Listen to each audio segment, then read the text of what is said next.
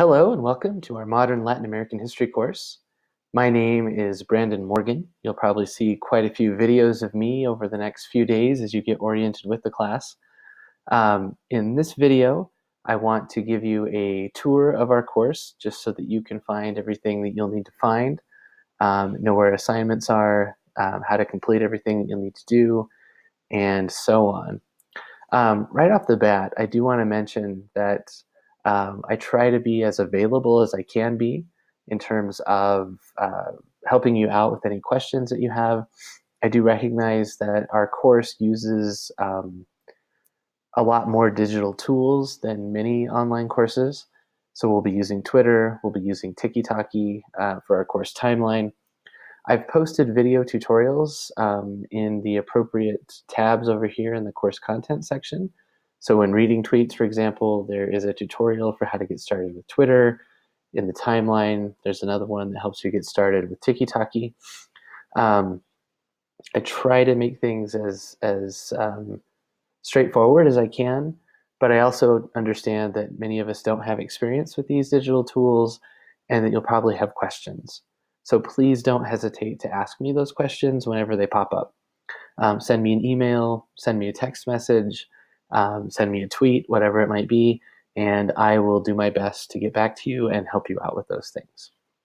Also, I'm trying to mention this as much as I can at the beginning of the course. My family and I will be going on a cruise this summer between June 15th and June 24th. I will be off the grid at that point in time. I'm taking personal leave, and you won't be able to reach me via email or any of those ways that I just mentioned. It's the first time I've taken a break like that in quite a while, so I'm very much looking forward to it. But I did want to let you know about that. I've set everything up so that you can keep working as normal. I will catch up as quick as I can with grading and feedback once I return. Please still, send emails if questions arise while I'm gone. Just know that I won't get back to you until I return from the cruise. Okay, so in terms of our course, this should look familiar. This is the landing page for the course. This link will take you to the course hashtag on Twitter. You can check announcements and grades. You can also check announcements and grades over here. So please be aware that there are multiple ways of doing most everything in our course. As long as you have tabs on the syllabus, though, and the learning modules, those are the places that will help you kind of keep track of the regular chart and schedule of assignments that you need to complete for the class. So I did send out the syllabus already. Hopefully you've gotten that. Please do click start here. I guess you probably already have if you're watching this video. But I guess what I mean is please click into this start here module.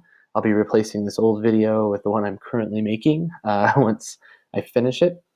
But click Start Here module because there is a lot of reference material there that is helpful.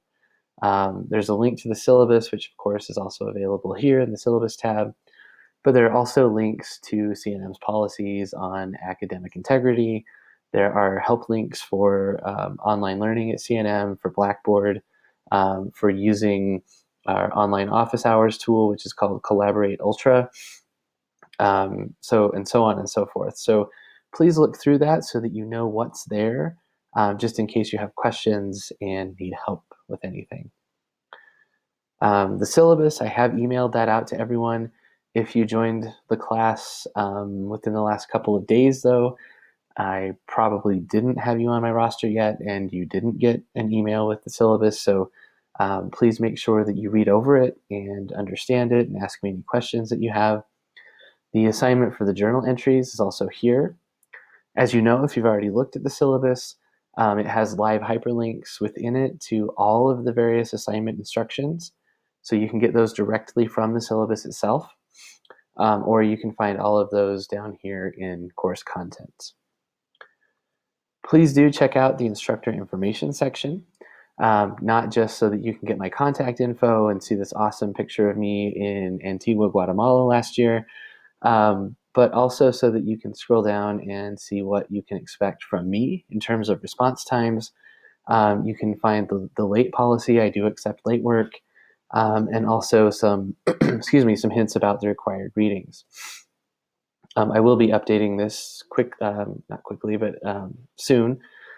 So this will look slightly different than it does now, because the new edition of the Problems in Latin American History book, there it is, by James Wood and Anna Alexander, is something that you absolutely have to have. You have to have the 5th edition of that one, because it's very different than the 4th. The 4th was only edited by James Wood. Now Anna Alexander is also in on it, and there have been some significant changes, and those are reflected in the work that we'll be doing this semester. As far as the other books go, though, you can get whatever edition of Chastain or I, Rigoberta Menchú that you can find. So I do suggest getting those as cheaply as you can. Also, please scroll down here and check out the netiquette policy. There shouldn't be anything too surprising there if you've taken online courses before, but a refresher is always helpful. And again, the whole idea here is make sure that you are very cognizant of the way that you communicate with others in our course online. So I'm going to scroll back up here. The course schedule is here. It's also in the syllabus. This is just a quick reference way to get it. And if you use the Blackboard calendar, please check that out there. As I mentioned, the learning modules are the main ways that you will be sure that you are keeping track with all of the assignments that you need to complete. Unit 1 that we'll be completing right off the bat, like all the other modules, it lasts for 2 weeks. Please do note that there are certain assignments that are due on the first Sunday of that unit on May 26th, and then a couple others that are due on the second Sunday of the unit, which is June 2nd. So pay attention to that. Also, again, pay attention to all of the kind of basic things that you'll need to do to get acquainted with the course, get going, getting to know each other, and thinking about historical thinking processes. So that's what this unit's all about. And as you can see, each unit has a guiding question.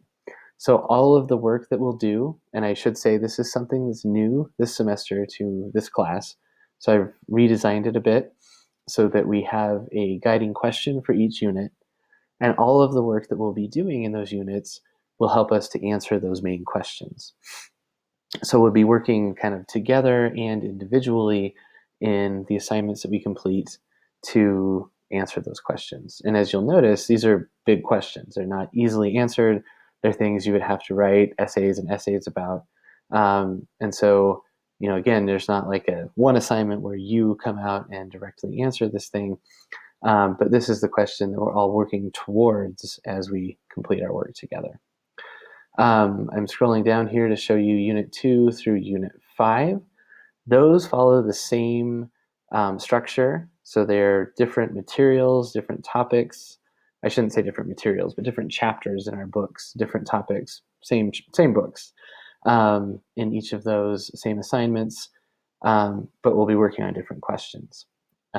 Unit 6 will be a bit different because we'll be focusing on I, Rigoberta Menchú directly and thinking about legacies of state violence and repression, and also organizing to try to overcome that repression and find healing in recent years in Latin America. These are major issues, major themes, and we'll think about that through chapter 12 in the Problems Reader in Wood and Alexander, and also through the book I, Rigoberta Menchú.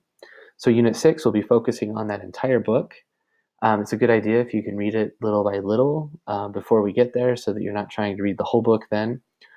Just a hint. So I'm going to go back up here and show you Unit 2 because, as I mentioned, most of these units, 4 of the 6, follow the pattern that you'll see here. I think I'm going to move my head over if I can. Can I? There we go. I'm going to move myself over here for a second so that we can see what's going on in this part of the page. So in each of these units, you will find an introduction to the historical issues, topics, themes that we'll be studying during that unit. Then you'll see this list here. In order to complete this unit's coursework, you will. And then it gives you a list of the things that you need to complete by the first Sunday, excuse me, and then in the second week, by the second Wednesday, you will complete the first part of the timeline assignment, the ID step, and then by the second Sunday, you'll post your connection step, and you'll complete your journal entry. I did mean to delete this. You won't see this once you're in here because I'm posting the unit intro videos in a different location now. This was old. So like I said, I'm transitioning the course. If you find anything old in the course or things that don't make sense, please just bring that to my attention as soon as you can so that I can fix it, because it's probably just something that got left behind as I was trying to change things around. So again, you'll have this intro and objective section, and then as you click to the next part of the unit, that's where you'll find the guiding question and the intro video. So I'm scrolling down here. This says, how did colonial era institutions and issues shape the processes of Latin American independence? That is the guiding question for Unit 2. So again, that's a big question. Everything that we're doing in this unit will help us answer that. All of the readings that we're doing, the video clips, the work on Twitter, the work on the timeline, and then your journal entry will all be geared toward helping us think about answers to that question. I have posted these intro videos using Edpuzzle. The reason I've done that is because it allows me to embed little quizzes in there. So it's low stakes, it's nothing you get a grade for, it's just part of the process of kind of retaining what you learned. So you'll watch part of the video and then a question will pop up and you'll answer it and you'll go on with the rest of the video. So you will need to just sign up with the code that it gives you so that you can see the video. At least I think that's true. We'll figure that out as we go along. The paragraph below just kind of gives you some hints about things that we'll need to think about as we attempt to answer this main question, and the video is also geared toward that end. Excuse me, you'll notice that there are these arrows for navigating through the learning module. You can also use the table of contents. So I'm using that this time. I will update this reading strategies piece. Here's where I just talk about the books that are required, thinking about how you can get through lots of reading. History is reading intensive, and so this is where I give you some tips about that. This is only here in Unit 2, just as we get started to give you some of those kinds of pointers. So most of the units will not have that reading strategies section, but Unit 2 will. Every unit will have a reading section. So this repeats the guiding question. Those are also available in the schedule and the syllabus. So these are things you should see quite frequently as you work through each unit, just so that you can keep them fresh in your mind. You'll read the assigned chapters in Wood and Alexander and the assigned chapters in Chasteen to help you think about this. So as you take notes, as you work on Twitter, you want to think about posting ideas that will help us identify colonial era institutions in this case, and also the process of independence, so that we can then put those two things together and answer the question. You'll use specific information from these readings.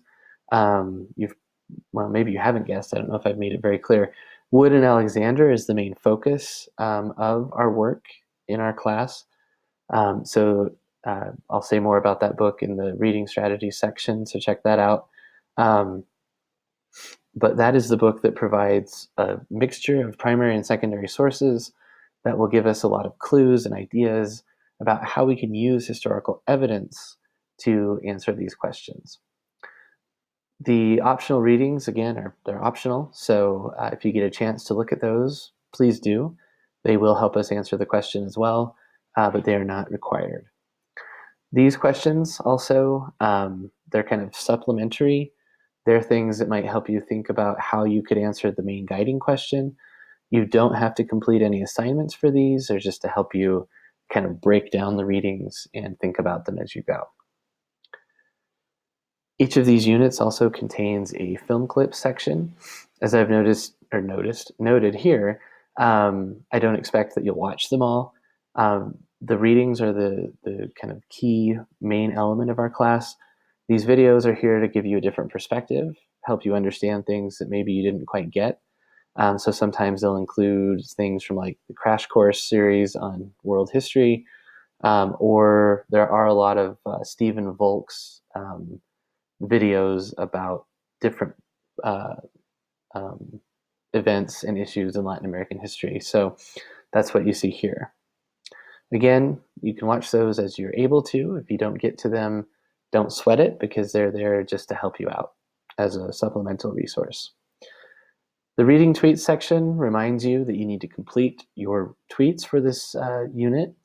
So you'll go to Twitter to do that. You could also click here and go to our course hashtag if you're logged in on your browser on Twitter. This also gives you kind of the very short version of the assignment. The longer version is over here under course content, so do check that out. But for each unit, you need to post 15 tweets. 10 of those are your original ideas that are based on the readings and that give us some information from the readings that will help us answer the guiding question for the unit. The other 5 are replies either to me or to classmates as we're talking with each other there on Twitter. The next section of each of these learning modules takes you to the timeline submission area. I'm going to move my head over again, if it'll let me. There we go. So that we can see this section too. This is what you'll see. You'll click to launch. If it doesn't launch, I don't think it ever does. It says it should, but it doesn't.